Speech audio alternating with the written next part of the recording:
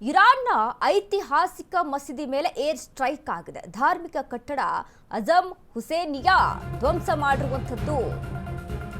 ಇರಾನ್ನ ಐತಿಹಾಸಿಕ ಮಸೀದಿ ಮೇಲೆ ಏರ್ ಸ್ಟ್ರೈಕ್. ಧಾರ್ಮಿಕ ಕಟ್ಟಡ ಅಜಮ್ ಹುಸೇನಿಯಾ ಧ್ವಂಸ ಮಾಡಿದೆ. ಏರ್ ಸ್ಟ್ರೈಕ್ ನಲ್ಲಿ ಮಸೀದಿಯ ಗೋಪುರ ಛಿದ್ರ ಆಗಿದೆ. ಅಮೆರಿಕ ಇಸ್ರೇಲ್ ಜಂಟಿ ದಾಳಿಗೆ ತತ್ತರಿಸಿದ ಟೆಹರಾನ್. ಸ್ಮಶಾನದಂತಾದ ಇರಾನ್ನ ಪ್ರಮುಖ ನಗರ ಜಮ್ಜಾನ್. ಬೃಹತ್ ಕಟ್ಟಡಗಳ ಅಡಿಯಲ್ಲಿ ಸಿಲುಕಿರುವಂತಹ ಜನರು.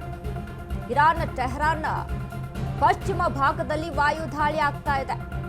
ಜಮ್ಜಾನ್ನಲ್ಲಿನ ಜನ ವಸತಿ ಪ್ರದೇಶದ ಮೇಲೆ ದಾಳಿಯನ್ನು ನಡೆಸ್ತಾ ಇದೆ. ಜೀವ ಉಳಿಸಿಕೊಳ್ಳಲು ಜಮ್ಜಾನ್ ತೊರೆದ ಜನರು. ಇಸ್ರೇಲ್ ಏರ್ ಸ್ಟ್ರೈಕ್ನಲ್ಲಿ ನೂರಾರು ಮಂದಿಗೆ ಗಾಯ ಆಗಿದೆ.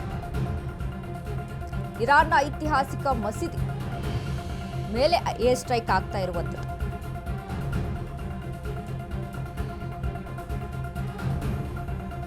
ಏರ್ ಸ್ಟ್ರೈಕ್ ನಲ್ಲಿ ಮಸೀದಿ ಗೋಪುರ ಛಿದ್ರ ಆಗಿದೆ. ಧಾರ್ಮಿಕ ಕಟ್ಟಡದ ಮೇಲೆ ಅಮೆರಿಕ ಮತ್ತು ಇಸ್ರೇಲ್ ಜಂಟಿ ದಾಳಿಯನ್ನು ನಡೆಸ್ತಾ ಇದೆ. ಒಂದು ರೀತಿಯಾಗಿ ಟೆಹರಾನ್ ಸ್ಮಶಾನದ ರೀತಿ ಆಗ್ಬಿಟ್ಟಿದೆ. ಟೆಹರಾನ್ ನಗರ ಅಂದ್ರೆ ಅದು ಇರಾನ್ನ ಹೃದಯ ಭಾಗ. ನಮಗೆ ಹೇಗೆ ನಮ್ಮ ರಾಜ್ಯದಲ್ಲಿ ಬೆಂಗಳೂರು ಎಷ್ಟು ಮುಖ್ಯವೋ ಅದೇ ರೀತಿಯಾಗಿ ಇರಾನ್ನ ದೇಶಕ್ಕೆ ಟೆಹರಾನ್ ಅನ್ನುವಂಥ ನಗರವು ಕೂಡ ಅಷ್ಟೇ ಇಂಪಾರ್ಟೆಂಟು, ಅಷ್ಟೇ ಮುಖ್ಯವಾಗಿತ್ತು. ಹಲವಾರು ಜನ ವಾಸವಾಗ್ತಾ ಇದ್ರು ಅಲ್ಲಿ. ನಮಗೆ ಬೆಂಗಳೂರು ನಗರ ಯಾವ ರೀತಿಯಾಗಿ ಒಂದು ವಾಣಿಜ್ಯ ಕಾರ್ಯಗಳಿಗಾಗಿರ್ಬೋದು ಅಥವಾ ಇನ್ನಿತರ ಕೆಲಸ ಕಾರ್ಯಗಳಿಗಾಗಿರ್ಬೋದು, ಟ್ರೇಡ್ಸ್ ಮುಖಾಂತರ ಆಗಿರ್ಬೋದು, ಟ್ರೇಡ್ಗಳಿಗೆ ಆಗಿರ್ಬೋದು, ಎಷ್ಟು ಇಂಪಾರ್ಟೆಂಟು ಬೆಂಗಳೂರು ನಗರ. ಹಾಗೆ ಟೆಹರಾನ್ ಇರಾನ್ಗೆ ಅಷ್ಟರ ಮಟ್ಟಿಗೆ ಪ್ರಮುಖವಾದಂತಹ ನಗರ. ಬಟ್ ಅದು ಸ್ಮಶಾನದ ರೀತಿ ಆಗ್ತಾ ಇದೆ. ತುಂಬಾ ಲಾಸ್ ಆಗ್ತಾ ಇದೆ ಇರಾನ್ಗೆ. ಏನೇ ಲಾಸ್ ಆದ್ರೂ ಕೂಡ ನಾವು ಯುದ್ಧದಿಂದ ಹಿಂದೆ ಸರಿಯಲ್ಲ ಅನ್ನುವಂಥದ್ದು ಇರಾನ್ನ ನಿಲುವು.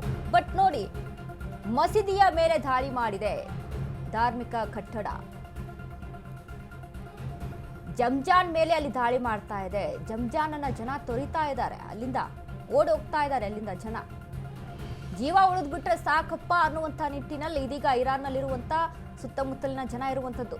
ಧಾರ್ಮಿಕ ಕಟ್ಟಡ ಅಜಮ್ ಹುಸೇನಿಯಾ ಧ್ವಂಸ ಆಗಿದೆ. ಏರ್ ಸ್ಟ್ರೈಕ್ ನಲ್ಲಿ ಮಸೀದಿಯ ಗೋಪುರ ಛಿದ್ರ ಆಗಿದೆ.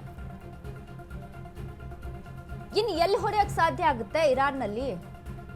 ಈಗ ಇರಾನ್ಗೆ ತುಂಬಾ ಆಪ್ಷನ್ಸ್ಗಳು. ಅಮೆರಿಕಾದ ಅಲ್ಲಿ ಅಮೆರಿಕಾಗೆ ದಾಳಿ ಆಗಬೇಕು. ಅಮೆರಿಕಾಗೆ ಇರುವಂತ ಮುಖ್ಯವಾದಂತ ಅಸ್ತ್ರ ಏನು? ಅಮೆರಿಕಾದ ಒಂದು ವರ್ಚಸ್ಸು.